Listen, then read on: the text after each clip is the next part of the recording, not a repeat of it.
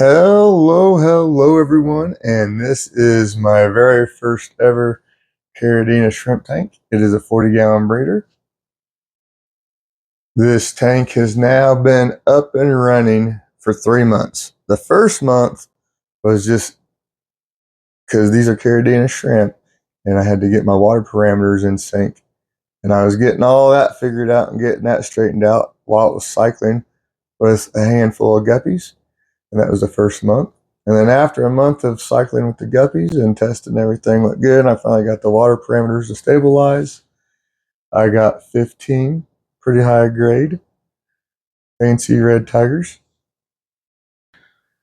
So far, the tank has relatively been untouched as far as the plants go. I've trimmed away some of the moss that was starting to overtake the red tiger lotus there in the center of the tank. But other than that, I haven't done anything. The 4 stems of mermaid weed over there in the top in the right corner, you can see those are growing to the surface. So I think we're going to manage those. Instead of 4 stems of mermaid weed, we're going to end up with 8 stems of mermaid weed. But the biggest, most exciting news is I've posted on the community page about I found my first buried shrimp. Then like 11 days later, I found my second.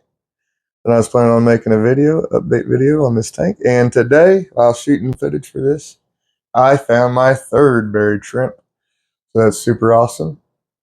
So apparently what I'm doing is working. The last hurdle we have to overcome is getting the babies to survive, but I think I feed the powdered food and I have a nice low pH. It's pretty much 5.5 now that my filter is working really good. My DIY filter. In case some of you guys didn't see that part of it. The water comes in through the sponge here in this 5-gallon bucket that's cut up and siliconed. The corners cut out, silicone to the tank. And then I have media bags full of this substrate. It's the 5.5. And then this pump in here is 395 gallons per hour. And it pumps it all the way up. We keep the water level a little low. And then we have outputs up here on the filter that are covered in sponges, and that keeps the shrimpies out of the filter. So then when my pH starts to drop, when it's time to change the substrate, I'm not even going to worry about that's just barely covering the bottom of the tank. That's just for looks. All my buffering substrate is in here.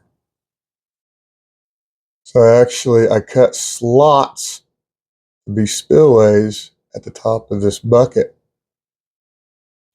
And then I cut up an aqua clear, one of the big aqua clear foam filters. I cut up one of those in the size and wedged them in there. And so while there is 400 gallons per hour, there's a big spillway there, a huge spillway there, and then there's another spillway in the back corner. So the tank is not getting bombarded with flow, even though the tank is being turned over 10 times an hour. And I think that is really maximizing how good this substrate is working. Now, I don't know how long it's going to last. That'll be the big kicker. Look at them. These guys are just beautiful, beautiful. And some of the things I've noticed, the differences between, obviously I've had lots and lots of Caradina. Breeding Caradina is how I make my living now. And this is my first Caradina tank. But let me tell you, obviously these guys, shrimp like this, have the wow factor. Even my kids come in here and look. This is in my bedroom. And even my kids have to come in here and check these guys out and ask questions about them and see what's going on. They have a tank. They live in a house full of Neocaradina shrimp tanks. And they don't give a flip. But then they're always coming in here asking about this and wanting to know about these shrimp. So they have the wow factor.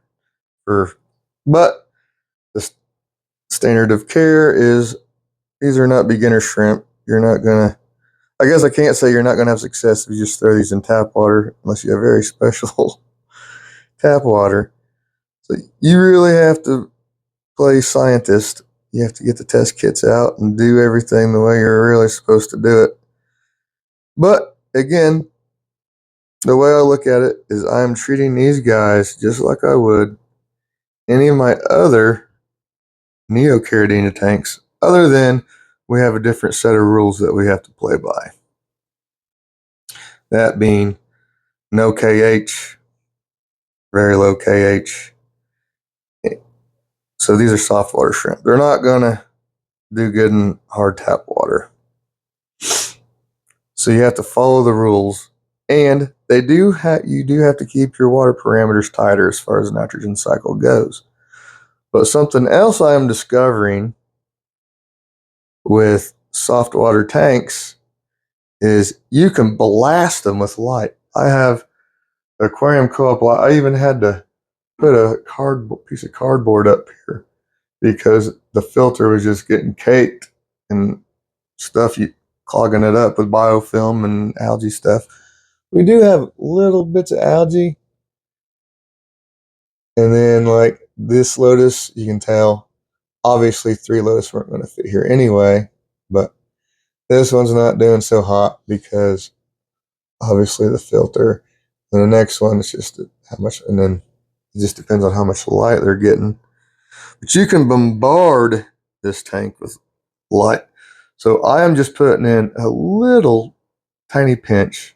And obviously I'm putting more food in than the shrimp are taken care of because I have snails, and I've even gone through and make snail food for the shrimp. All you do is pinch the little bladder snails. They'll pop real easy, and the shrimp really, really like them. But because there's so many less nutrients and minerals in the soft water tank, you're not getting you're not having algae issues. Like I have this light. This light is on 12 hours a day on the highest setting. This is the aquarium co-op light. And that moss. The moss does seem to grow a little slower, maybe, but the mermaid weed seems like it's happier in soft water for sure. But they all look the same, all grow the same. And then this is going to be awesome when this thing gets huge. I just got to keep the leaves that go up to the surface trimmed, or I don't want leaves going up to the surface. And these are probably, this one will probably fade off. It'll probably end up just growing into a big clump. Well, so we'll see how that looks. When this thing's already, you can see that big one's already getting crazy roots. You can see little hairs sticking up out of the surface there that are roots of that. Just look at these shrimp, man. So I'd say once you get the water parameter part figured out, and you do need to keep tighter water parameters as far as you can't put in, I don't put in crazy amounts of food in this tank like I do my Neo tanks. It's just a little tiny pinch. And then a couple times a week, I'll break off like a 16th of an algae wafer and put in here so I can get them gathered up and take a look at, try to get them all out. Let's see, we did lose one. So we started with 15 and now we have 14. But that was like 6 weeks ago, I believe. That was like 2 or 3 weeks after we got them. So we've had the shrimp for 2 months now. They come in as juveniles, and then what I've noticed, the biggest female was buried. The next biggest female then became buried, and the third biggest female became buried. So I think I'm on the right track. Like, I can't say this is, I'm not going to make videos showing you guys how to do this, teaching you how to do this, because I'm still figuring it out. But so far, the whole point of it is, I think the biggest keys of keeping successful Caradina is having a good RODI unit to make true zero water, precisely remineralizing, so that you are dealing with the same water all the time, keeping those consistent parameters. And then you have the active substrate bit.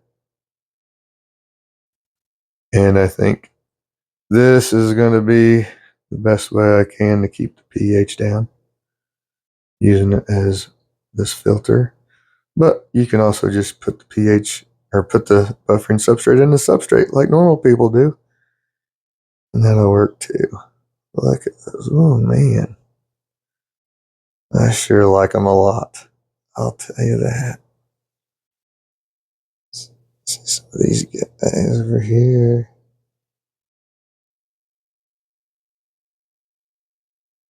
There's one of our buried girls.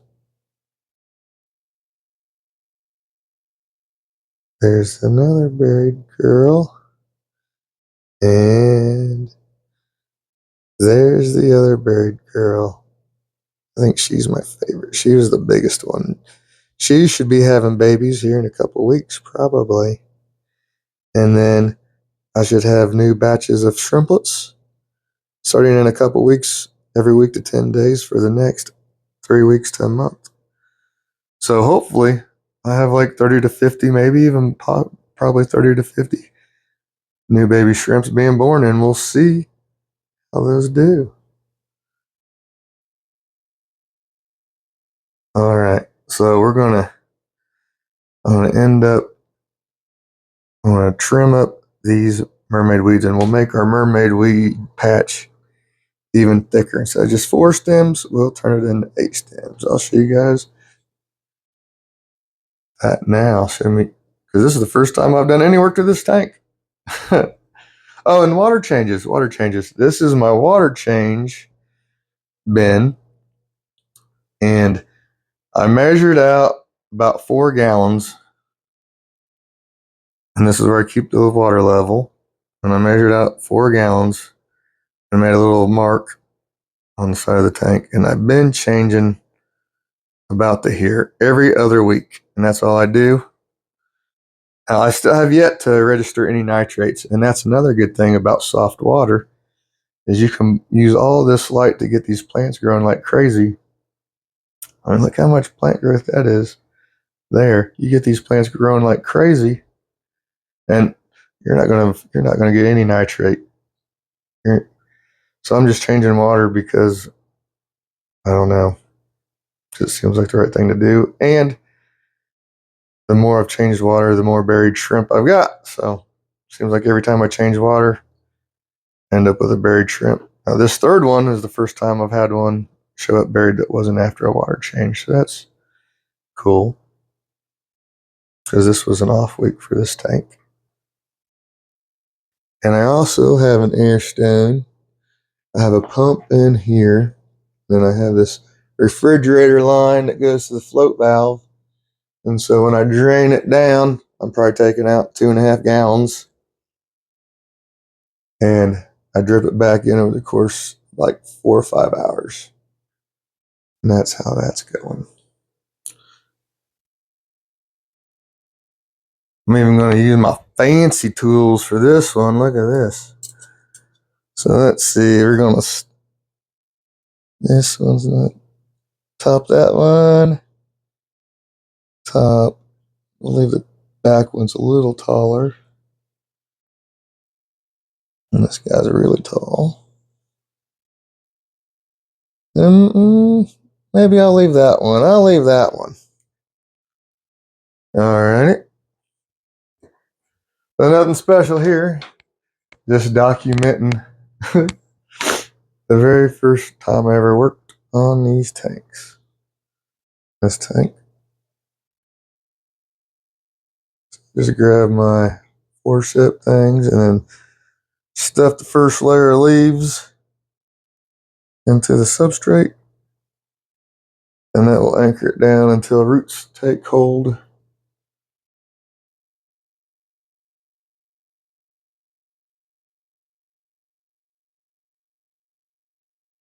All right.